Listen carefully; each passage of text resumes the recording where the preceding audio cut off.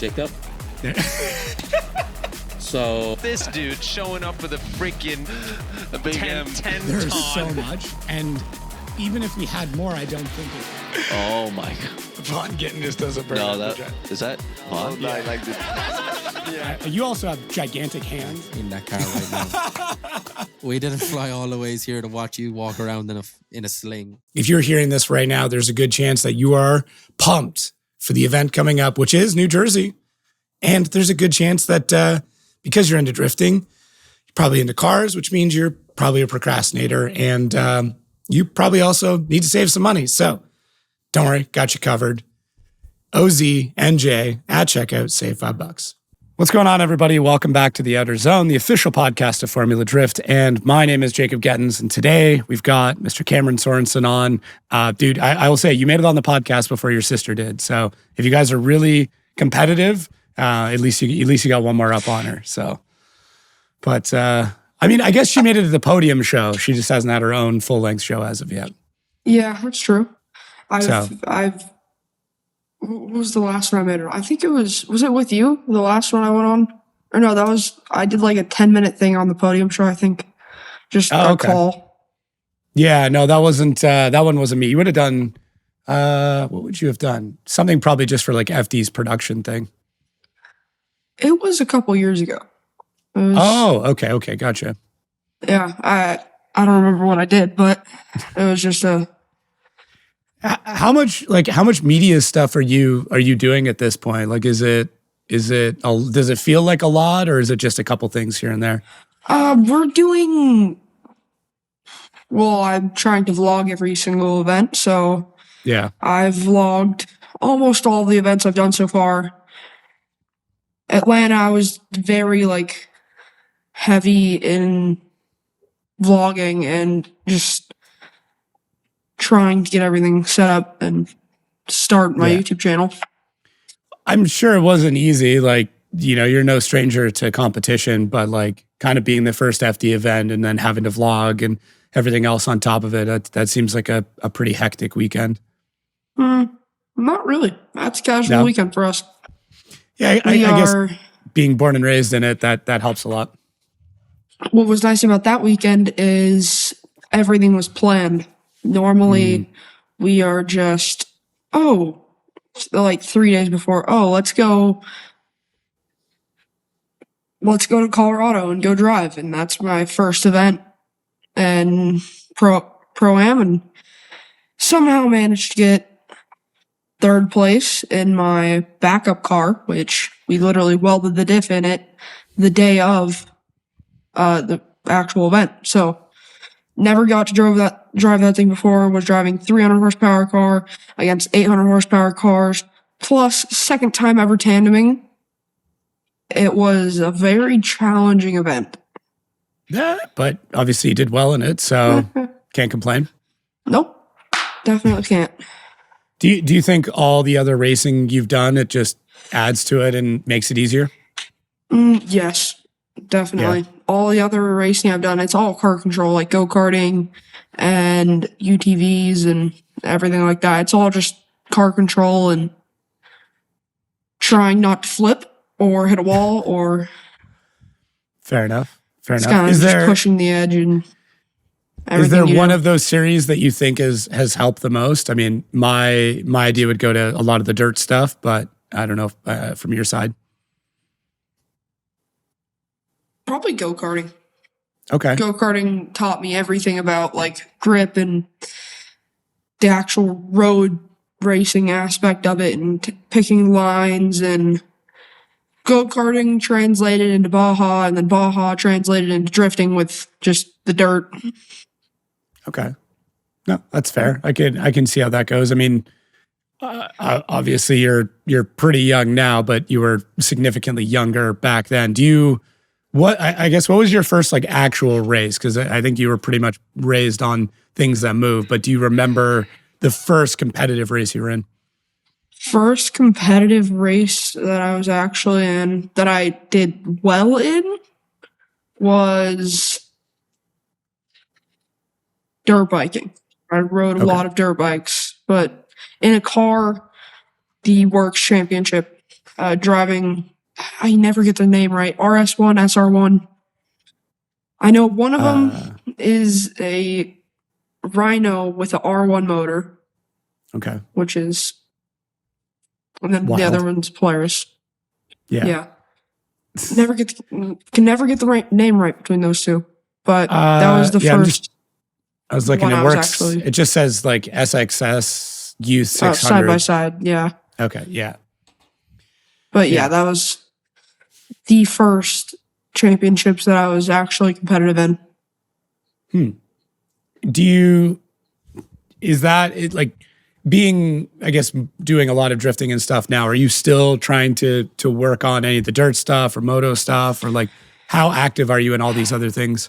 So I stopped racing dirt bikes like 3 years ago because I was racing a 65 and an 85 at the same time. One day, because it was also the work series, and we were doing shorter courses than everybody else, so we would cut over some berms and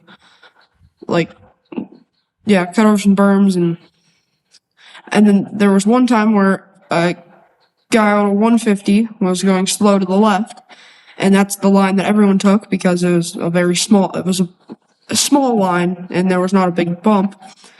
And then I'm over here going 45, 50, hit the big spot. Front end took it, rear end did not. Multiple front flips. Then same thing next day, same kid in the inside, bigger bike though. And then same exact thing. I thought I was bigger bike and I thought I would take it. Nope, still more front flips.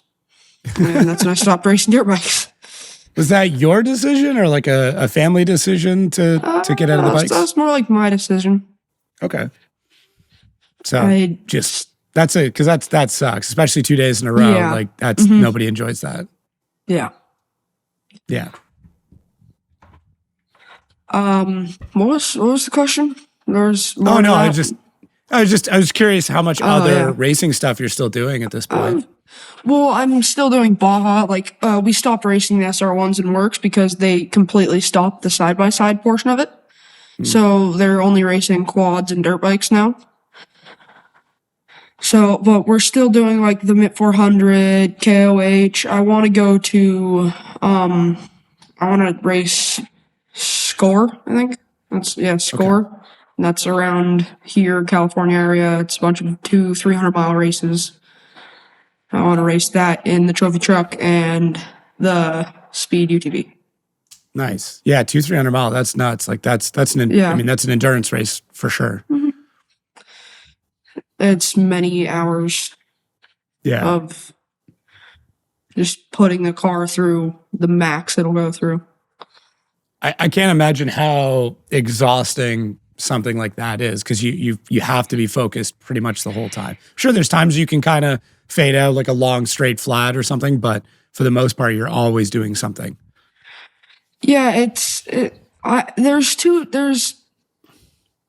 always tell people there's two sides to everything. So that's like Baja, it's like this much adrenaline, like not a lot of, or a lot of time, whereas drifting is this much adrenaline, not a lot of time.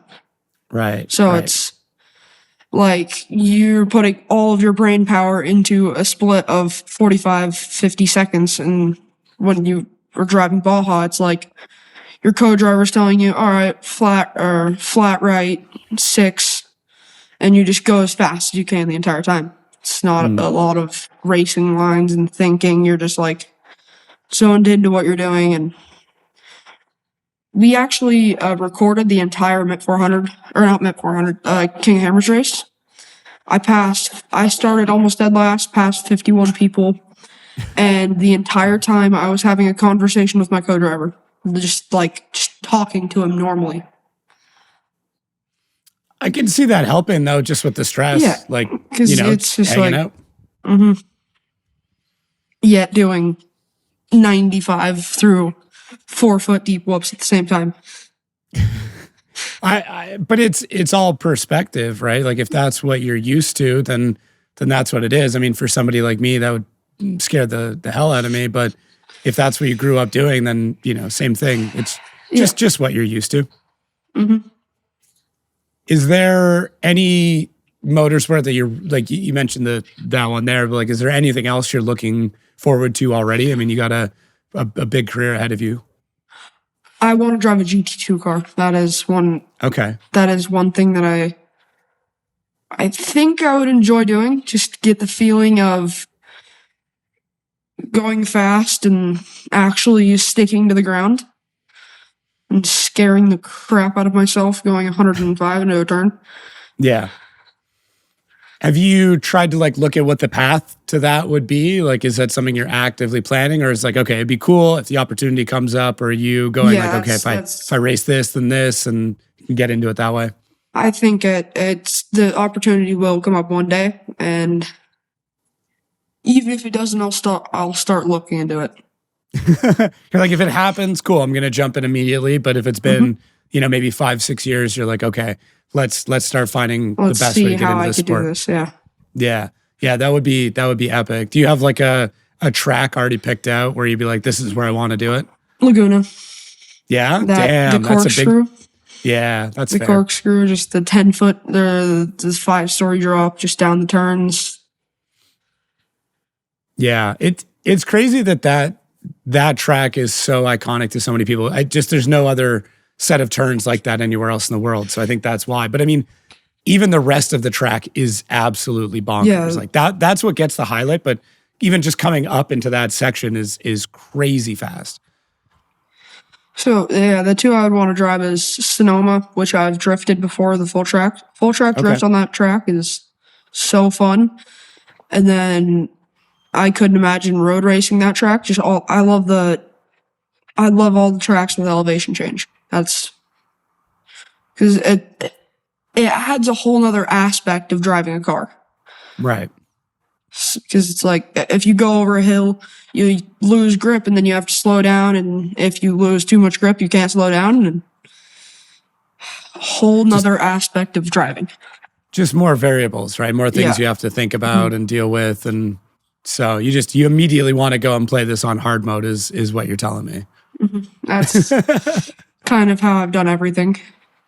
That's good. Because, I mean, if you can do well at hard mode, then everything else seems easy, right?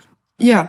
Like, the first time I ever drove in my car, or drove in my Pro-Am car, Brandon, we put that thing in full soft. Like, the first event I drove that thing full soft, no sway bar, just kill mode on the 265 GTs. Just insane. So you basically got the most aggressive setup, like the worst case scenario right off the bat. And then it's, if you can figure that out, then everything else from here on out is going to be okay. Yeah. So the entire time I was driving Pro-Am, I was kind of full soft dampening, full soft rebound in the front, took all the rebound out of the front, just insane full kill mode the entire time. That's wild. Is that, how much of that is like coming from your brother or like from your siblings? You know, I guess being the youngest, I say I'm the oldest of all my siblings. So for me, I was the one that was kind of like not picking on, but like when you're the oldest, you can kind of set your younger siblings up for some stuff. Do you feel like being the youngest, that's how it is? You're like, cool, thanks, man. Like, thanks for setting my car up this way. So Brandon basically set my car up the entire Pro-Am, but never actually drove it. So he didn't know how much grip he was giving me. And it was kind of sketchy going into it every time because it's like I never drove a car without grip except for a like 180 horsepower Lexus that if you pulled the handbrake in it, it would destroy the clutch if you let off the clutch. So it was all weight transfer driving and then straight into a 600 or 700 horsepower just monster. And it's worked out for you. I mean, I wouldn't normally recommend that to people. I mean, it worked. I'm where I am now because of that, but it was definitely an experience. Yeah, but have you taken that same car and tightened things up and made it easier to drive now, or are you still just on that same mode? We built a whole new car for Pro Spec, so that car is sitting in the shop right there, where that's basically just our practice car now. Okay. So it was Brandon's, like, it was the demo car before the one that he did. Wait, what's the event that's right after Long Beach, FD? Oh, the like the Super Drift challenge, Yeah. like the invitational, the challenge thing. Yeah. When he ran Super Drift, he ran it in that car, and he basically passed that car down to me for last year, and I ran it all last year. Okay. Then we built the whole new car, and that became the demo car again, and we're currently trying to build another demo car.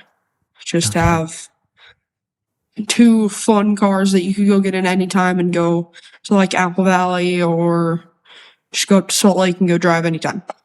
Gotcha. How far is Salt Lake for you guys? It's 5.5 hours. Oh, it's not that bad. No, it's not that bad. I was supposed to go up there today. Yeah. Sorry, dude. You can blame your sister on that one. On that one. That's fine. Well, I appreciate it. Are you outside of not being able to go today? Are you getting out to drive a fair bit? Yeah, a lot actually. Okay. Like the 4 days before Atlanta or 5 days before Atlanta, we went out to Apple Valley in our practice cars, and that was my first time ever rain drifting. Okay. It was 5 days before Atlanta.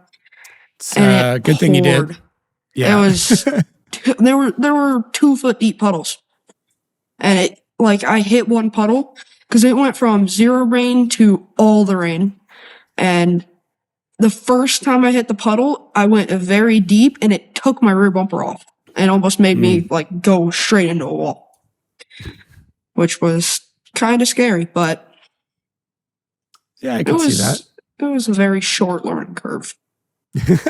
But that prep worked out for you. I mean, that's like one of the things we talk about, like depending on where somebody's from or where they grew up drifting, there's certain things that they learn quicker. And being in the desert, you're not getting a lot of rain, so it's good you got that experience. Like, it was last year or 2 years ago, we went 380 days without rain. It didn't rain once.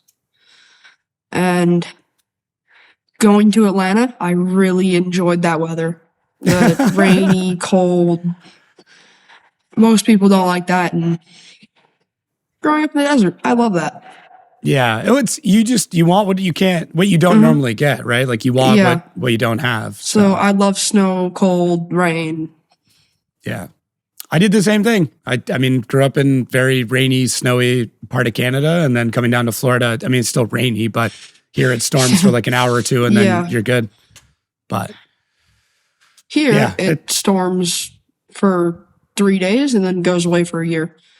Yeah. And everything floods in those 3 days. Like it's wild how hard it gets hit. Downpour for 3 days and then goes away, and now it's back to sunny again. Yeah. Just no clouds ever. There's a good and bad with that, Yeah. But so I talked to Brandon a little bit about this, but I guess you're obviously aware that like you grew up very differently than a lot of kids, right? Just with the family and all the racing and stuff. Yeah, with the stuff like that. Do you find that like you've got a lot of friends or people that are not within racing and you're trying to like explain to them, or do you find you've just kind of grown up with everybody in racing and that's the family, that's the friend group? Well, I've had one friend for the past 5 years, so it's like my 2 other friends. One of them is a mod kart racer, and then my other friend just likes cars, and then other one is Ken Block's son. So it all kind of works out. All my friends are in racing and like drifting and off-road, and they understand the lifestyle a little bit better and get kind of like what your day-to-day and your upbringing is like. Yeah. Because I found when you were up in the tower in Atlanta, like you got along with everybody, you fit right in. Like it took a few times. I'm like, yeah. Up there, it's literally just everyone that's down below, but up there. Yeah. There's no difference. It's still just hanging out with them. And I would say there's a lot of kids your age that like don't know how to act proper around adults, or it's still as much as we have fun up there and it's not professional, it is still a professional space, professional right? environment, yes. Yeah. Like you can have fun and do some ribbing and like be one of the the people up there, but you also know how to act proper and respect everybody and be like, hey, this is still a motorsport and I still need to represent my team and my family and everything else. So yeah, kudos on that, man. I mean, there's just not a lot of people your age that could pull that off. Thank you.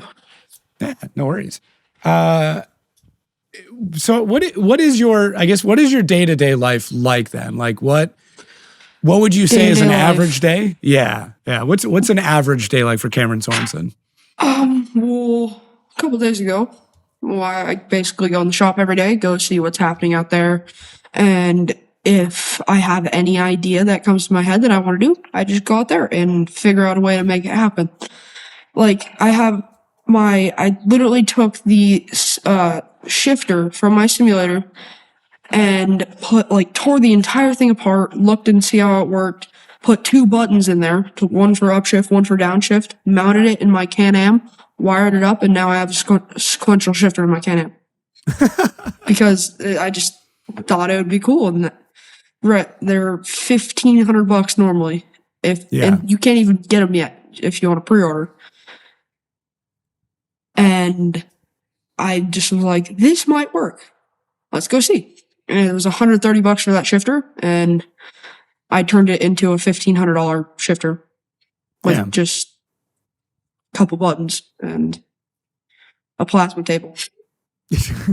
Yeah, I mean the plasma table is key, but he could have cut that by hand. Yeah. I guess what about things like what is quote unquote a weekend for a lot of people? You're probably out doing events, so you're more working than your weekend might actually be like a Tuesday, Wednesday, as opposed to a Saturday, Sunday.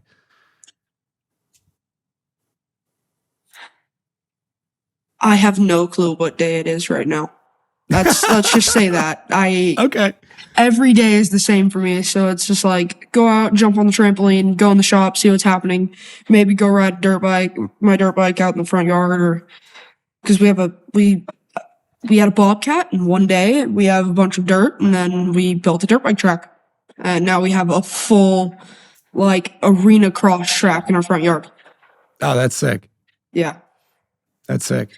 So it's like wake up, get in the jump on the trampoline, shop, maybe ride my dirt bike, or if Brandon wants to, we'll throw both of the Can-Ams on a trailer and just go 10, 15 minutes up the road and go ride in the mountains, or just there's a lot to do around here in the winter, but as soon as it gets hot, there's nothing to do because you're just sweating all day and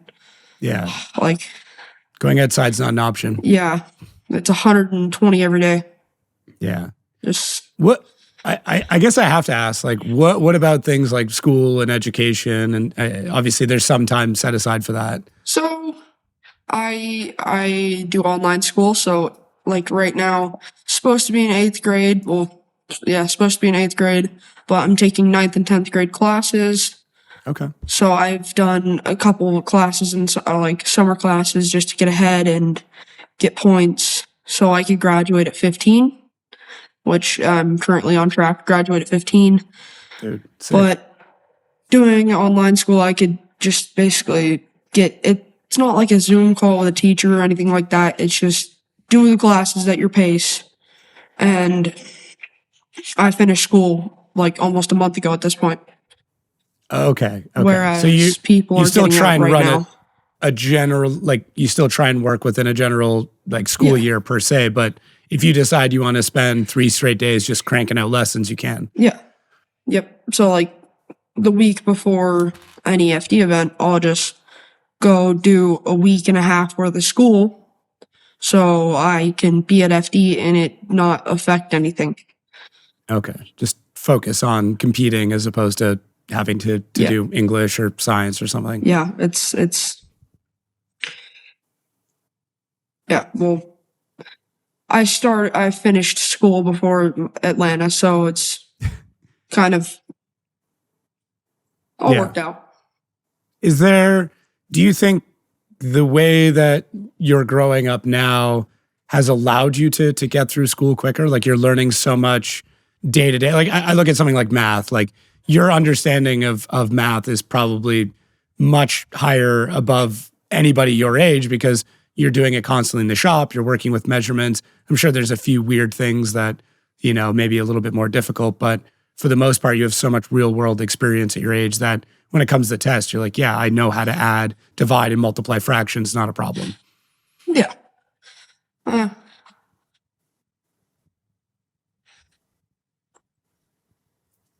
It's very different. Listen, like I grew up, I went to a normal public school. I went to a normal high school. I went to, a year of college kind of thing. I was culinary school, believe it or not.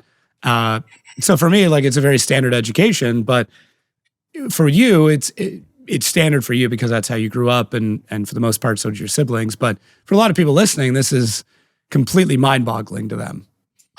So I went to school I went to school I went to school until 5th grade, and then that was right when COVID happened, and I was going to get into online school around 7th or like last year. But as soon as COVID happened, it all moved online. So we figured just start the classes that I'd be doing in 7th and 8th, or go to the same school that I'll be doing in 7th and 8th right now. Okay. So I've just been online school since 5th grade. Okay. No, that's fair. I mean, that seems like a good opportunity to make that switch anyways, if that was the plan. So, and as you said, you can do it whenever, however, and at your own pace. Mm-hmm. Are you getting to do a lot of the road trips with your siblings? I know they get up to quite a lot of shenanigans, and I've heard a lot of stories, some of them that I can repeat, some of them I can't repeat.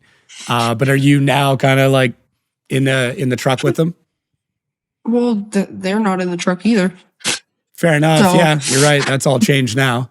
Yeah, we have 2 trucks and 2 truck drivers. Well, kind of 2 truck drivers, but it's not the RV setup anymore. It's the 2 full rigs. So now we're doing it actually legal. So everyone has to do a CDL, and Brandon can't even drive the truck right now because actually he can, because he just turned 21 and he can drive out of state.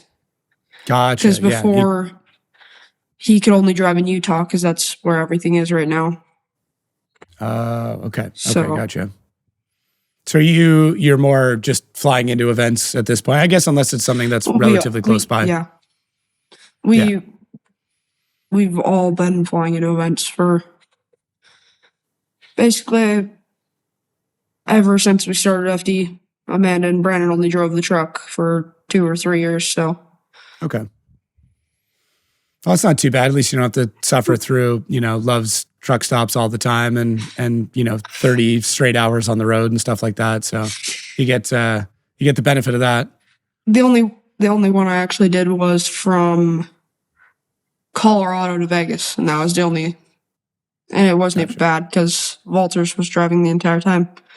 So he's good people. I like Walters. He tries to act very, very hard and tough and gruff, but he's a sweetheart. He'll kill me for saying that out loud, but he's a very, very nice guy. Yeah, I was supposed to go with him to Salt Lake earlier, so. Is he out drifting? Is that what he's up to today? No, so we're just, because Brandon wants him to go to Salt Lake to go get the jet skis, and also it's nice in Salt Lake, so he's like, yeah, I'll go up there for a day. And because the lake is like 10, 15 minutes from our house in Salt Lake, so. Gotcha. It's Utah Lake. Salt Lake. Oh, okay. Yeah. Yeah. Why not, right? Take the day, go out there if there's nothing else going on. Yeah, go get the jet skis, bring them back, and because it's actually hot here now, so we could actually ride them. "Quote unquote" hot. I mean, it's hot there in February. Let's be honest, but yeah, hot. Yes, hot. Yeah. What's it there right now? I know it's 105 where I'm at right now. You got to be pretty close. Let me double check that before I open my mouth. But Right now it's 92. Gotcha. Okay. Yeah. No, it's a good temp. Yeah, it's not hot here right now, but It's the dry heat, right? It's not the wet heat. It's dry heat, and also it's been 90 degrees for 3 months already. Fair. Or 4 months already, so it's pretty much there's used no to it winter at this here. point. Yeah. Do you try and get out to the snow whenever you can, or yeah? I love the snow. Snowboarding, we have a bunch of timber sleds, which are snow bikes, and we always go out snow biking. We haven't gone in like 3 years, but snowmobiles, snow bikes, snowboarding, we do all of that and basically try to get up to the cold as much as we can. Fair. It's good. It's good for you, especially if you enjoy it. I mean, there's a lot of people that can't stand the cold, but I don't know. I've always liked snow. That's been the hardest part of coming down here. Is like I do miss going. I do miss snowboarding. That's the biggest thing. Yeah, no snow, flat, very rainy. flat. Yeah, very. The flat is nice in a few ways. Like for towing, it's great because you're like, I don't have to worry about hills. I don't have to worry about any of that. But it'd be nice to have a hills to do something on. But when you don't have it, right, that's all you think about. So here, there's no trees. Like, it's all just shrubs and bushes. But if you go 2 hours that way, there's all the trees you can imagine. That way, 3 hours, there's beach, tracks. That way, there's dirt bike track, about 45 minutes to an hour. You could basically do anything here. And then that way is 45 minutes, the worst snowboarding you'll ever do. Why is that? Because it's just so it's a decent elevation, but first time I went snowboarding there was like dead winter, and they had 4 inches of snow, 5 inches of snow. Oh, I gotcha. Is it mostly man-made? Like which mountain is this? Or we don't have to call It's them out. Mount Charleston. Okay. So I wonder if it's just a lot of man-made snow that they're laying down. it is. Yeah, that stuff's like granular and it's just not fun. It's more like sand than it is snow. Yeah, might as well go to the Dumont and go bring your snowboard out there and go sandboarding. Yeah, I've never done that. Is it fairly close to snowboarding? Kind of. Not really. No, It's Okay. very grippy, and Yeah, I could see that. yeah, it's weird. Yeah, It's a whole just not different thing. Not nearly as fast. Yeah, I mean, I would give it a go. Like, why not? Right? Yeah, It's given the opportunity. Well, you normally you take like snowboard wax, or not snowboard wax, but like wax, and just rub it on the bottom of the board, and you will get moving pretty good. Okay. Good to know. Yeah, I think I believe I actually have my snowboard down here in Florida. That's the funny part, because I was like, I don't like when we left Canada, I was like, I'll bring it with me What? just in case. Well, I'm not going to use it here. Yeah. Well, I mean, I'm not going to use it here. I just mean like if I'm given an opportunity to go snowboarding again, I could bring it, but I'm like, it's going to be so expensive to either fly it out and such a pain in the ass to pack it and all that stuff. So I don't know. Just didn't want to give up on it. Yep. Just bring your snowboard just in case there's ever an opportunity to go snowboarding. Yeah, I'd rather be looking at it than looking for it. That's the way I see it. Yeah. It's true. That's definitely the way I see it.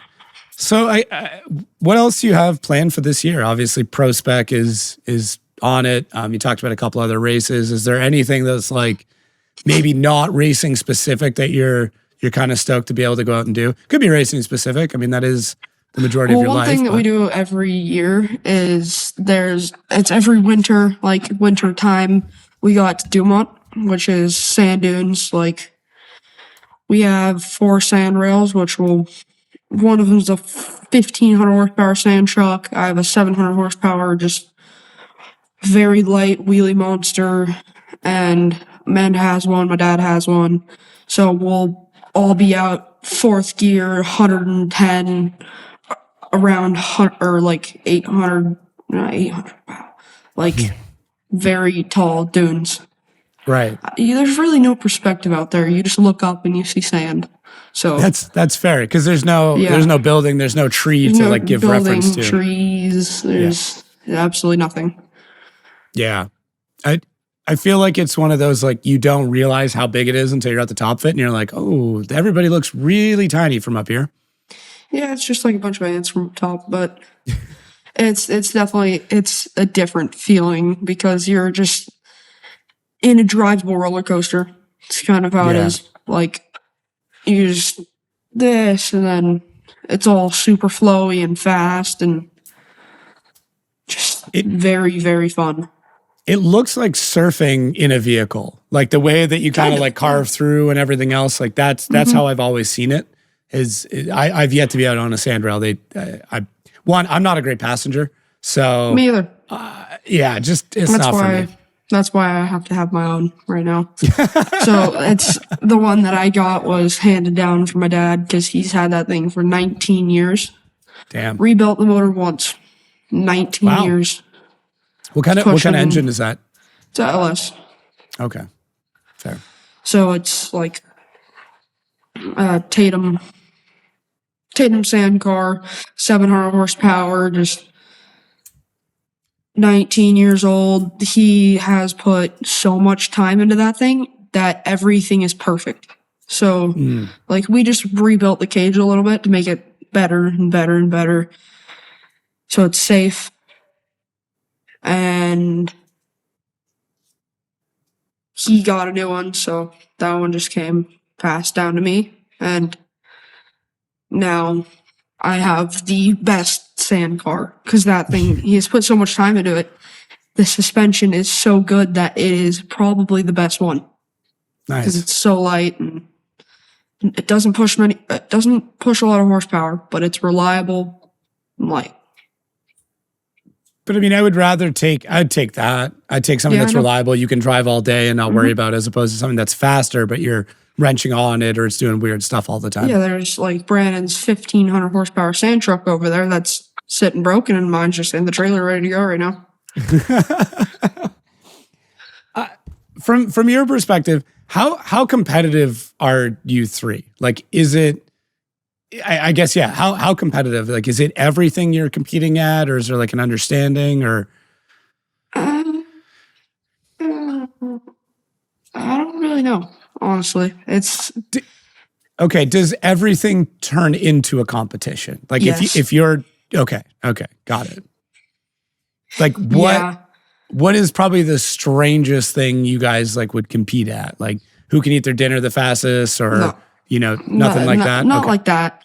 Okay. Like, well, mainly when we're hanging out, we're either on the boat, driving, or just, that's literally it. Out on the boat or driving is the only time that we're really hanging out. Gotcha. Is it now on the boat? Is that more like wake skating, wake surfing, and stuff like that? It's a Nautique G23. Okay. We have a nice wake surf boat, which nice. He broke yesterday. Oh, don't know how, really? But yeah. That's the biggest downside of having a bunch of toys is you're constantly working on them. It's either, you're either having fun with it, you're breaking it, or you're repairing it. And those are the three states they're in at pretty much all times. Yeah. Look, I am sorry for interrupting this show. I really am. But I have some crazy, crazy exciting news for you. Everybody did such a great job last year using discount codes that they've actually upped it. Believe it or not, if you use podcast25 right now, when you're buying FD merch, you're going to save 20%. 20% on it. It's now, listen, there's a couple of caveats to this. This is for online only. So you got to buy it online. It's for any customer, but you get one shot at it.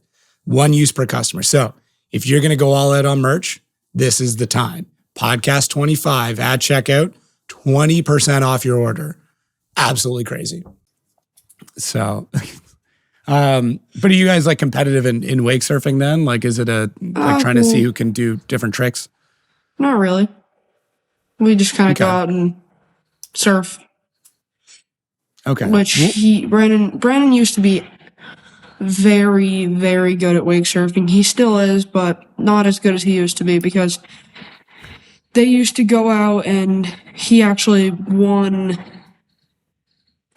Wait, what was it? He won a lot of competitions and on a wake skate and a wake surf. Right.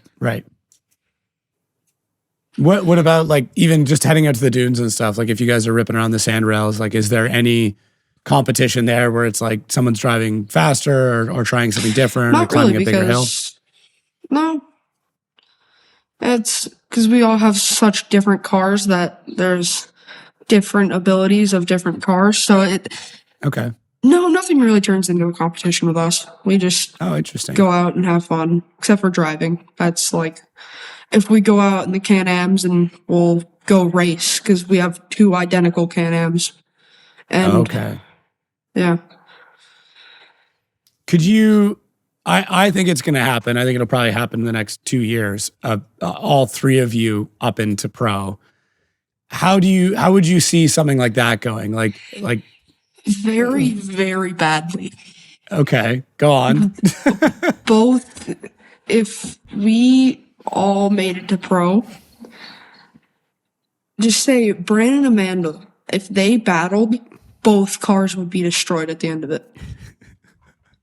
Because Amanda would try to set the most perfect lead, but also play dirty at the same time. And Brandon would try to push her around the track, and both cars would just be destroyed at the end of it. And I think the same would happen between me and Brandon and me and Amanda. Yeah, because if my math is correct, you took the crown from Brandon for youngest in Yes. pro spec, right? Okay, all right. Because he got his license 4 days after he turned 14. Right. And I got it like a couple weeks, like a month after I turned 13. Right. See, I remember when Brandon came into pro spec, pro 2 at the time, like I was around that pretty heavily at that point. It was like, dude, it was big talk. It was big news. And now with you coming in, it feels very, very similar. But you're just younger. So it makes it even kind of It's cooler. like, one thing I can't wait is when I get into pro, me and Hero. That I think that'll be a good battle. Yeah. That's a good point. I think your driving style is a little more aggressive than his. Like he's so precise, and you still seem to have a little bit more wildness in you. And that might just be, he's not that much older than you, but a couple of years experience helps a ton. Yeah. Like currently I've only been driving for 2 years. Drifting. Yeah. I started drifting 2 years ago. So it's still a very, very new thing to me. Whereas like everyone that's been doing it has been doing it their entire, like more than 5-10 years. So it's but you've raced so many different things that, if we look at amount of days in a race seat, period, you're probably ahead of a lot of pros in the series. yeah, that is very true because the amount of time I have in those 2 years, the amount of time and laps that I have in that car, in both of those or 3 of those cars, is insane. Like, I'll be the first one on the track, and I'll also be the last one on the track. So, it's like, even when we went to Apple Valley, I put 60, 70 laps in the matter of 6, 7, 8 hours that we were there. Yeah, I believe it. I mean, if you can't, but that being said, those 70 laps for a lot of drivers in pro spec, that's more than they're going to put in an entire year. So I do get a lot. I have less experience, yet more time in the seat. yeah, you've less days, but more hours, if you will. Yeah, that's fair. Are you doing a fair bit of sim drifting as well, or just as much real world as you can? Every day. Okay. Yeah, I try to get on the sim as much as I can. I'll just be in the ACS Discord server and just hanging out with everybody and driving. Do you, I guess like 10 being real world, you're in prospect driving against prospect drivers, or you're driving against your siblings. So let's say that's 10 when it comes to experience, right? Like that's the ultimate, going head to head with somebody at the same or better level. Where would you put sim experience in a scale of 1 to 10? 6, 7. Okay. 6, 7. So just not as intense, but you can just put in so many more laps. Yeah, it's like you just turn tire wear off and then run back to back to back to back to back. Just putting as many tandem laps down as you can. Are you already prepping for the next round at this point? Yeah. Yeah. Okay. Well, I've been driving Orlando a lot just because that's the next round. I like that track. It's fun on Assetto. Even though I'm not driving it, I'll still drive it in the sim, just have fun. It seems right. It's like, okay, to just skip an entire round and try something else just seems strange when Orlando's coming up in the next little bit. What kind of timeline are you giving yourself to try to make the jump to pro? Like if you got your pro license this year, do you think you would just immediately jump up, or do you feel like you need to wait a year? I probably would immediately jump up. Okay.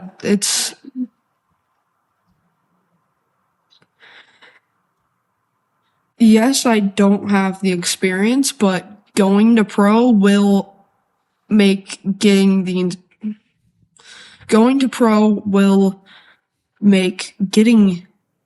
the experience a lot faster because I'm driving with better drivers and they'll all give me more advice and just I can trust everyone that I'm driving with. Yeah, that's fair. That's fair.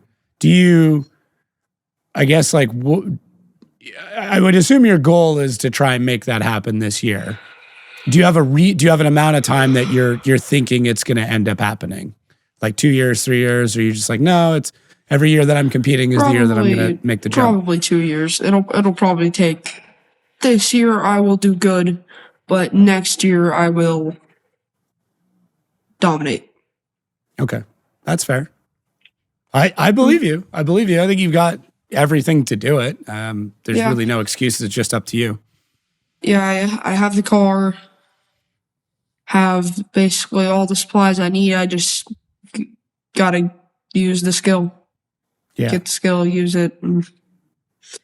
Do you feel any pressure just being the age you are doing this? Like, does any of that get to you? Because, I mean, it's just not many, kids your age in those shoes, or is it's just another day at the office at this point? Yeah, it's just another day at this point. Yeah. I really don't have any comment on that. It's just another day for me. Yeah, it's fair. It's the benefit of being who you are and your experience, right? Like, yeah. But like when we were in Atlanta, I treated that entire event, like not even on purpose. I treated that entire event like it was me still trying to get to pro spec. Like in top 16 in seeding, I was like, if I don't win this battle, I'm not going to make it to Atlanta Pro Spec. Oh, but I was already there. Yeah. Because there were so many times that I was like, I had that feeling like if I don't do this, I'm not going to make it there. That my brain already kind of just automatically put me in that if I don't do this, I'm not going to make it. But I mean, if it helps, then why not? Yeah. I'd say you did pretty well. Yeah, I feel like I had more pressure going into the third round of Colorado than I did actually in Atlanta. Okay, because, just more on the line. Yeah, I was like, if I don't do this, I'm not going to get my pro spec license, and if I don't do this, I'm not going to be Brandon. So that's as much the motivator. Process. Okay, interesting. So where's your head now? Is it to try and beat Amanda into pro then? It's exactly where it is. I figured. Is that, she's probably aware of that. I would assume so, because like Brandon was very aware and he seemed very proud that you beat him. Like, I'm sure there's a competitive level to him, but like talking about it, he was very stoked that you beat that record. Brandon was very, very happy for me that I actually beat him, which I don't really have any other comment on that. It's just I'm glad that he's helping me and I have somebody to give me advice and just get me through at all of the... Because Amanda will get me through, like... Amanda helps me with the talking aspect and all of that portion, like marketing. Yeah, the marketing. All of that side. And Brandon's helping me all with the working on the car, driving, and just the driving side. Okay.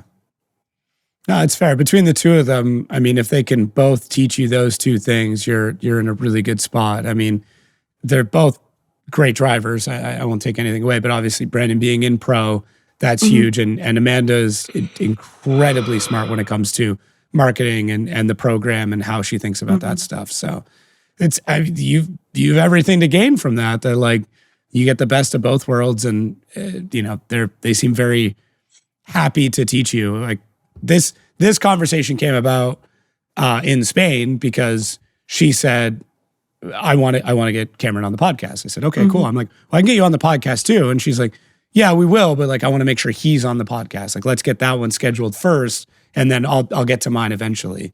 And that's awesome. That's so supportive of an older sister. I'm sure. I mean, there's lots of older sisters who just don't give a shit about their younger siblings. So it's pretty cool. So, I mean, yeah, you're in a good spot, dude. I mean, like I said, you've got everything. Is there, do you feel like there's, or are you tired of any of the comparisons between you and your siblings, or is it? I'm honestly happy with them. Yeah. Because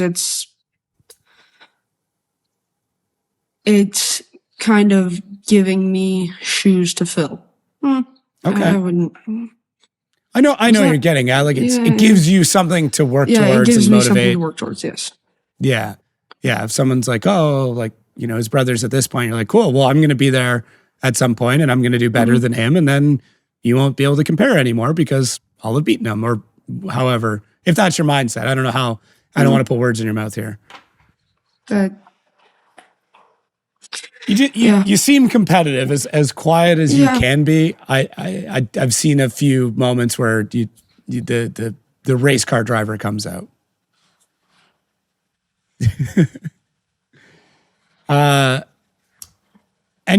guess anything else that you like want to work towards this season? Like, do you feel like there's a part of your driving that you're like, okay, this is something I have to focus on?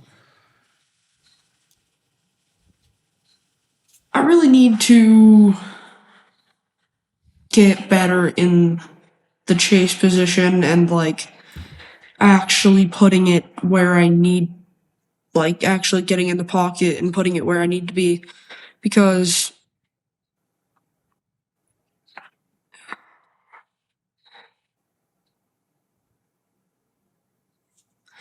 it's mainly just the chase position that I need to really improve and get all around closer, cleaner, deeper in the pocket, like not really in front of them here, but back here where I'm supposed to be.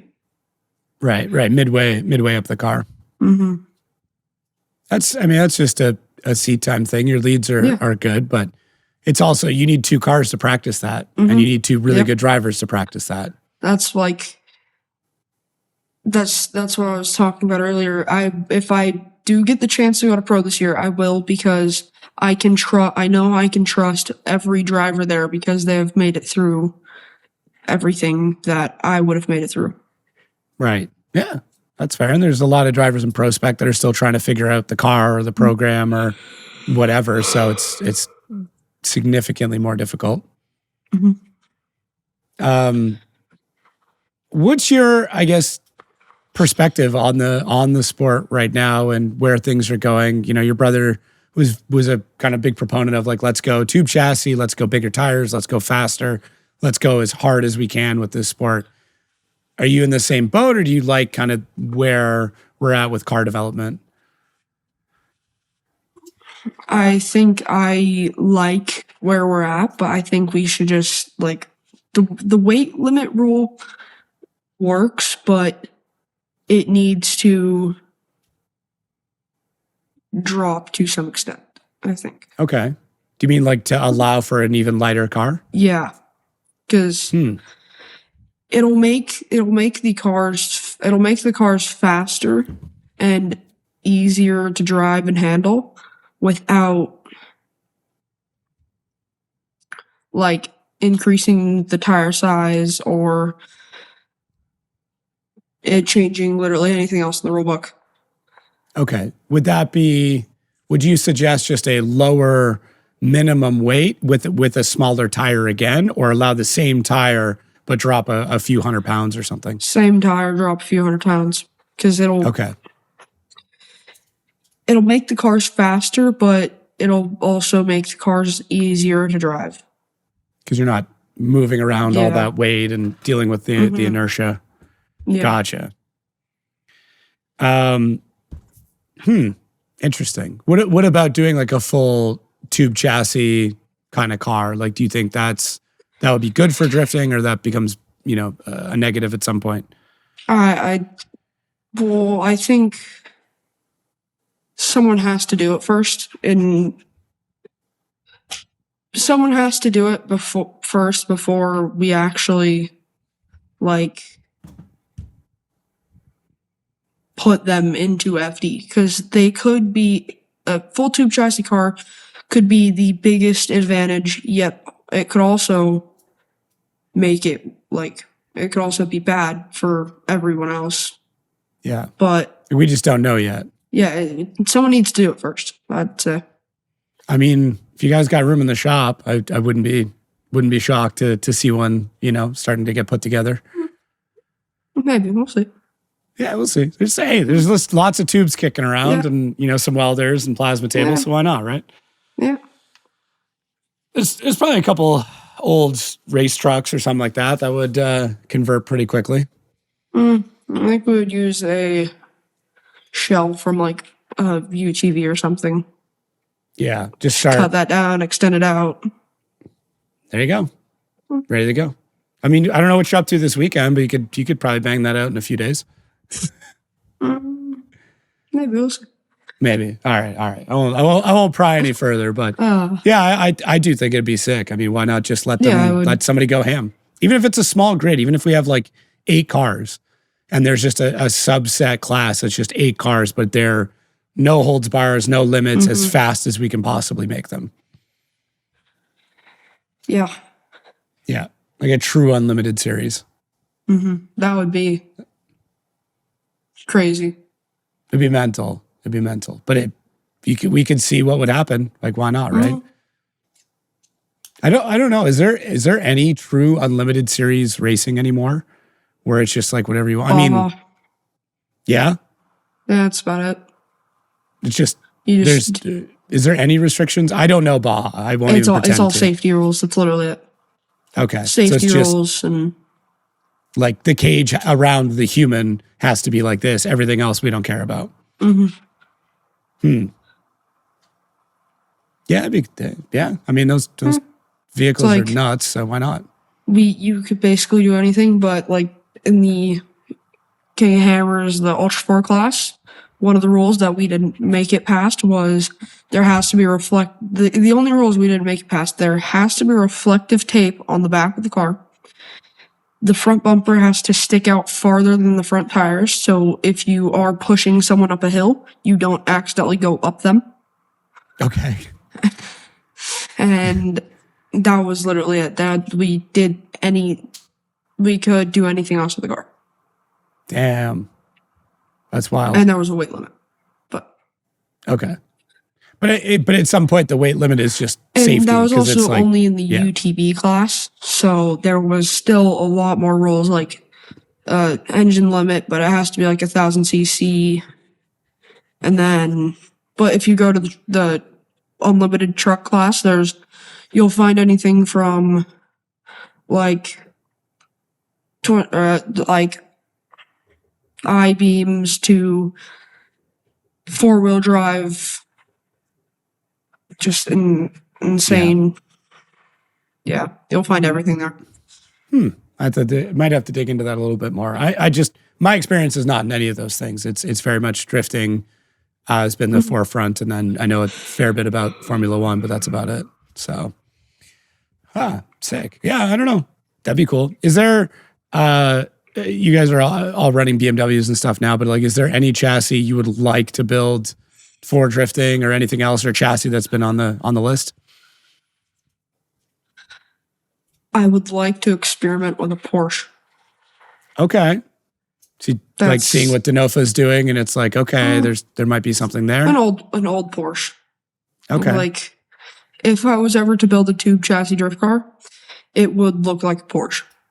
That'd be sick. It would be a Porsche body. That would be sick. Mm-hmm. Okay. Like Porsche 911 GT2 1995. Oddly specific, but I know what you're getting at. Yep. Pick this out. There's been some thought here, that's for sure. Yeah, it's kind of a dream car, but Okay. So it'd be dream car mixed with drift car, and you're like, okay, that's perfect. That's everything I need in a vehicle. Mm-hmm. Pretty terrible to get groceries in, but everything else, it's fine. Yeah, I get it. yeah. Cool, man. Well, I don't want to hold you up too much longer. I don't know if there's anything else you want to cover and go after, or any fun sponsor plugs that, your sister's going to remind you to do. I don't know. I think that's about it.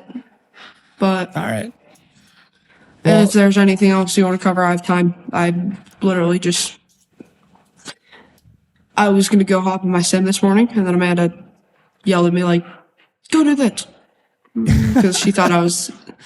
She texted me at 3:46 in the morning and told me to... Because she's in Ireland. And that's when she woke up and she was like, go do this. And then she called me and she was like, did you know I shot her access an email reminder this morning, so that might have been why. But what's I don't want to like pry into this too much, but like, I guess what's it been like having Connor around a little bit more? Because I mean, you guys are on the same rig, but like, I don't know if you're considered teammates or how that all lays out. We are teammates, I think. Because it's like, he helps me with everything. I help him with something. I don't know what that is, but I help him with something. Fair. But so it's like, he's always helped me in the car tuning aspect, be like, because he's kind of a translator between Brandon and me. Okay. Because Brandon, it's not quite a translator, but like, I want to do one thing and Brandon wants to do a completely different thing. And he's like, what if you did this, this, and this, but it would also give you this, this, and this? Yeah. So more of like a mediator between the two of you. Yeah. I mean, Connor's he's a super cool dude and very knowledgeable and obviously very good at what he does. So I'm sure having him come into the family must have been kind of neat. Because he'll get on the sim with me every night and we'll put in laps on any track. Just go lap after lap after lap, just talking the entire time, just hanging out, chilling. Nice. Driving. Yeah. That's got to be fun, especially. I mean, it's different, right? Like when it's a sibling, it's different than just having another person that's around, and especially it sounds like you guys are pretty good friends now. Yeah. Yeah. Have you made it over to Ireland yet? Nope. It's one I do want to go there. So go drive a rally car, go drift, drive in the rain for that.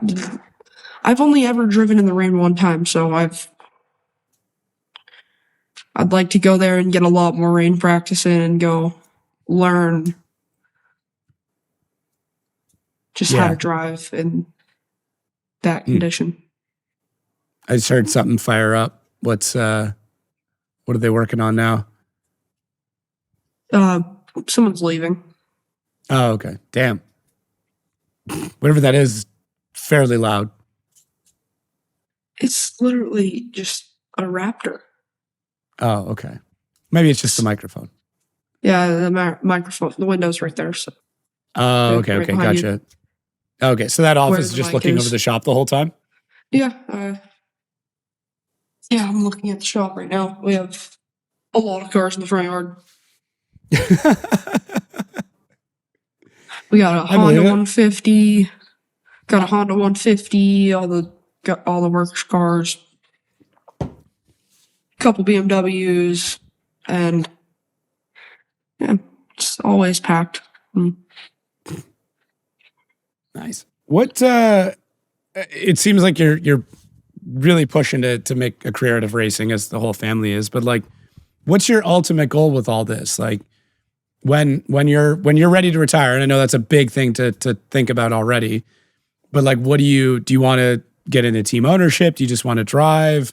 You know, have you thought that far ahead, or is it more just one piece at a time? It's really just one piece at a time right now.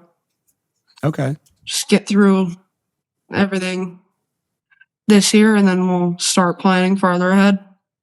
Okay. Well, okay. Let's shorten it up. That was maybe a bit too far. Next 5 years, like by the time you're 18, what do you want to accomplish?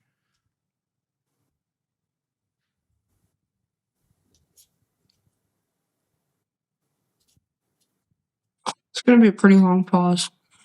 That's fine, man. Hey, take all the time you need. Like dude, I mean, listen, when I was 13, I barely knew what I wanted to do in a couple of weeks, let alone, by the time I was 18. Yeah, I'm really just, the way my entire family works is we just get through everything as it comes at us. Like, it's just,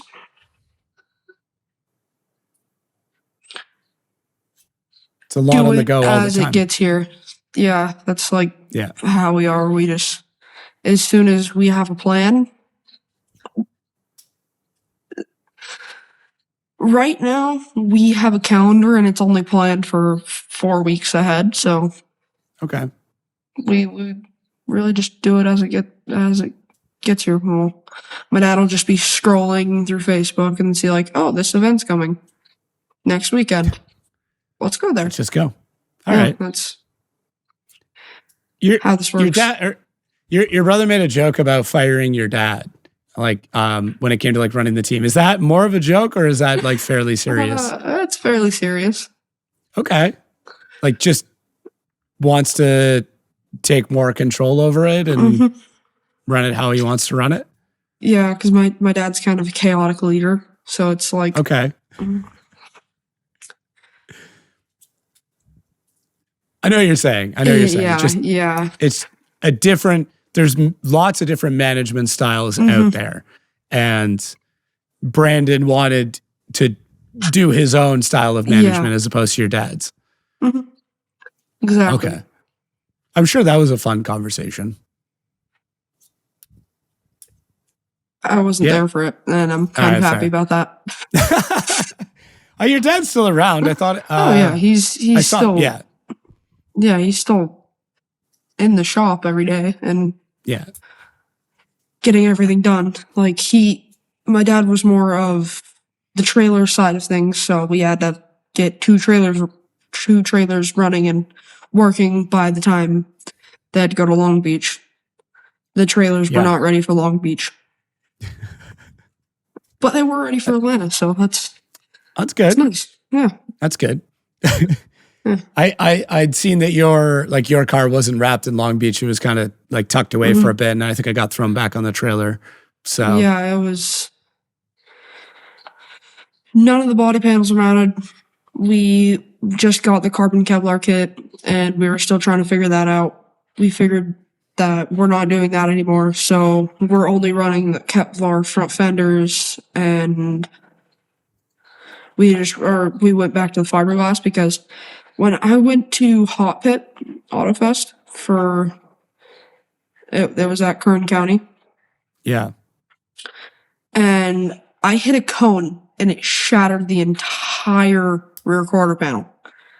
Really? So yeah, it was because they were only one layer or one or two layers. So we just didn't have enough time to throw another layer on it, or 2 or 3 more layers on it. So we just threw the fiberglass stuff back on it, wrapped it, and put it in the trailer. Gotcha. Oh, so this is like a kit you guys were more or less developing. Mm-hmm. We've developed all of our kits. Oh, I didn't know that. That's cool. Yeah. That's pretty wild. Have you like, is that something you got to say on, or like want to start designing your own? You're just I want to design one because the cars do look good right now, but I think they could look a lot better. Okay. Like more aggressive, or do you like more of a simple look to it? Yeah, I'd like it more aggressive because right now the front looks aggressive, but the rest of it looks like an egg. That's fair. That's fair. It's all round. Needs to be a little bit more. So what'd you throw in? Like, yeah, okay. So more corners, more edges, more vents, like just make it look badass. Yeah. Make it lighter, more corners, and somewhat actually look like an E46. Oh, so you would kind of go back to that look. Mm-hmm. Interesting. All right. I look forward to seeing the Camren kit. Yeah, we'll see. We'll see. What about livery? Like, is that another thing that you got a bit of say in, or was it? I got the full say in that. That was my idea to do the purple. All right. That turned out really good. Yeah. I like the purple. And I don't think anybody else is running it. Josh Love ran purple for a little bit, and like Kaufman had a highlight of purple at one point, but yeah. It's Stewart, Zielinski, and there's another Mustang that's running purple. Oh yeah, sorry. I went to pro, not pro spec. My bad. Yeah. That's on me. Sorry. Yeah. I'm just putting you too far ahead already. I'm just jumping you up already. No, not quite there yet. Yeah. At some point. Do you think you'll stick with that purple, or is it going to be more like this? That's this year. Or are you going to try and like kind of brand that as your color? Mm-hmm. Okay. Because then you've got the blue, the pink, and then the purple, which is a blend of the two, which is kind of cool. That's what I was going for. Damn, nailed it then. Mm-hmm. That's smart. Is there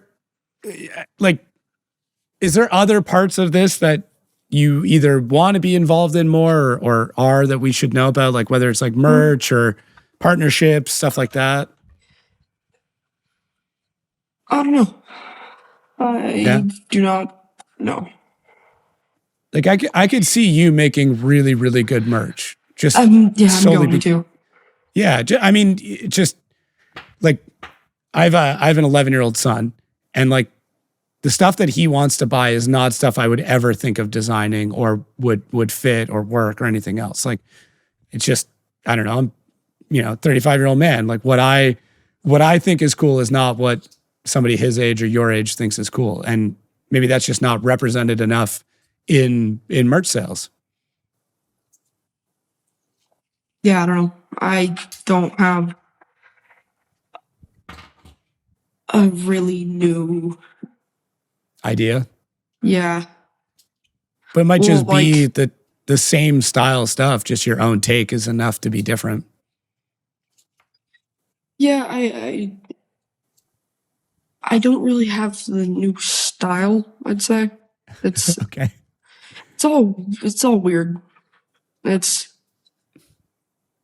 like, do you mean just like what other kids your age are into at this point? You're finding weird? Mm-hmm. Yeah,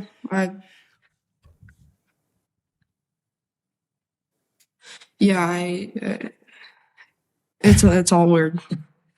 That's fair. That's I mean, you just as we talked about earlier, you're raised differently, so your outlook on what 13-year-olds are into at this point is going to be very different. Mhm. Do you said you've only kind of got a handful of friends. Like, do you find it weird when you do interact with other kids your age that are not in a racing family? Yeah, kind of. Well, I really don't go out much. I'm normally in our property or in the middle of absolutely nowhere. So Right. I don't really go to the, like, There's no reason to go other places where those people would be. yeah, I'm sure you run into like on the odd occasion in a server or something like that, but Mhm. even still, like any Not really. 13-year-old that's driving a lot of sim, yeah, you're probably driving with mostly adults. Yeah, I'm driving with all adults except for Braden Lawns. Okay. Yeah, I don't know. It's just it's such a cool way to grow up, man. Like, I hope that you can see that sometimes, because I mean, when it's right in front of you every day, you don't think about it, but it's a pretty cool spot that you're in. Yep. It'll only benefit you, especially in a racing career, though. That's the good part. Yeah. So, yeah, I'm looking forward to it. I'm looking forward to your season. I'm looking forward to seeing what you do. I really do hope that you are able to beat more records, and you know whatever that is to you. Hero is currently the youngest pro, right? Yeah. Hero's the youngest pro at 14, which he got in pro right before he turned 15. Right. So I think if I do it this year, I will break his record. Right. I will break his record, but not by much. Okay. Because I'll still be 14 by the time It'll come down to days Utah at that comes point. around. Yeah. Yeah. Yeah. And we'd have to figure out like how you stamp when he technically got his pro license. Cause like what's the day, right? Like what day did he technically get his pro license? Like when did that email come through? Yeah. It's like, because he got it because he was in FD Japan, right? And won that. So he got his pro license to here. And I'm wondering what day he actually won FD Japan, which gave him his pro license here. What I'll say is, like, if we're getting down to Utah and you're in that running, we'll do the math for sure. Like, if there's a legitimate chance that you can get that, I promise you, I will do as much digging into that and figure out exactly what that threshold is for you. Yeah. And I'll like hit up Brian and Kevin and be like, okay, I need to know. It's too good for the story. You know, we need to do this. That'd be nuts, dude. I mean, does that stuff mean more than a trophy? Yeah. Yeah. Yeah. Okay. To me, currently the best trophy I have is which way do it right there? That's it's hard to see from here. Right there. It's really tough to do this, isn't it? Where you have to point it like behind you. Yeah. Which trophy is that? That's the one when I won. It's a camshaft out of a BMW E46. Okay. And that is from Colorado Drift Pro-Am. And that's the championship trophy. Which is funny because my nickname is Camshaft. And it is a camshaft out of a E46. You probably shouldn't have said that was your nickname, because that might come up in the live stream now. I hope not. It's not my job to give nicknames, but Camshaft Sorensen, it's got a good ring to it. Not really. I mean, to me, it rolls pretty well. Sorry, dude. This is what happens. You get on a podcast, you start talking, you start saying some things.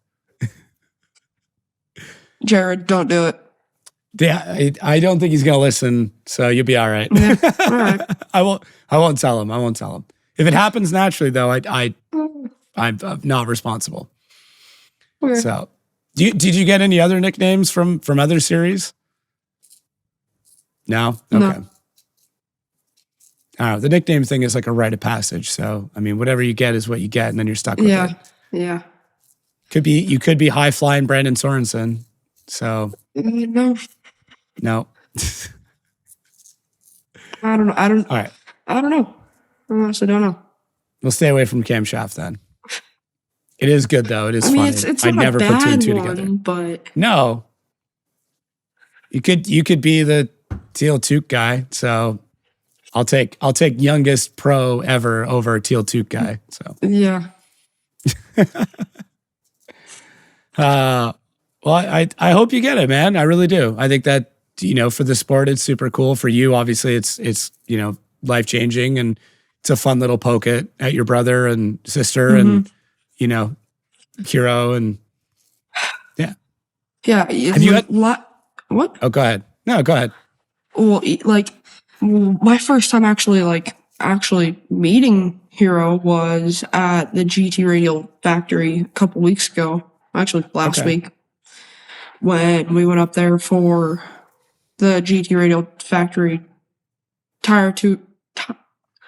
factory tour, and that was my first time hanging out with him and actually meeting him, and I got his Discord so he could hop on the sim sometime. That would be cool. I was going to ask, actually, before you told that story, if you guys had ever driven via sim or had any conversations, but yeah, our first time ever driving together was at GT Radial, and we did a couple laps of the oval track, which was jeez. bless you. Thank That's a you. good one.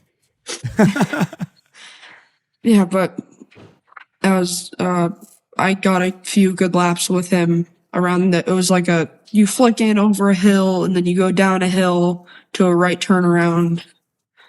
And then it's a right turn back up a hill, and then you shut it down. So It's just a little oval track, but we got a few good runs in. Yeah, that'd be sick. And I mean, that's one of very few people other than, close family where you could really have that conversation about, driving at your age, and just, it's got to be super hard to find people that are just relatable to you. So to have someone like that. Like Micah Block, that was one I found. Yeah. Well, I met him go-karting in Utah. Oh, really? Yeah. So he's one of really good friends. And then another friend I have he drives mod carts, which are, I think they shut down the series, but it's a little car, it's a tube chassis with a 450 quad motor and a quad rear axle. And then it's a sequential shifter, and then the clutches here. They're insanely fun to drive, and they're like this wide. I don't know, you can't even see it, but they're very narrow and very hard yet fun to drive. Okay. Yeah, I mean, that's a fair bit of power to put down, so I could see them being pretty sketchy. Yeah, they're very fun. Have you like met any of Mad Mike's kids or like Jet Wadad or anything like that? I only met him. I've never. Got it. I think I'm gonna go I might go to New Zealand this year or next year and go hang out with them, go drive, because we just sold our mod carts to Mad Mike and shipped them to New Zealand. So I might go up there and go drive my mod cart again and just go hang out with them and have some fun up there. Yeah, New Zealand's sick. You'll love it, especially, not being a bajillion degrees all the time. Mm-hmm. Yeah. Yeah, go up there when it's like midsummer, so it's like dead winter. Yeah.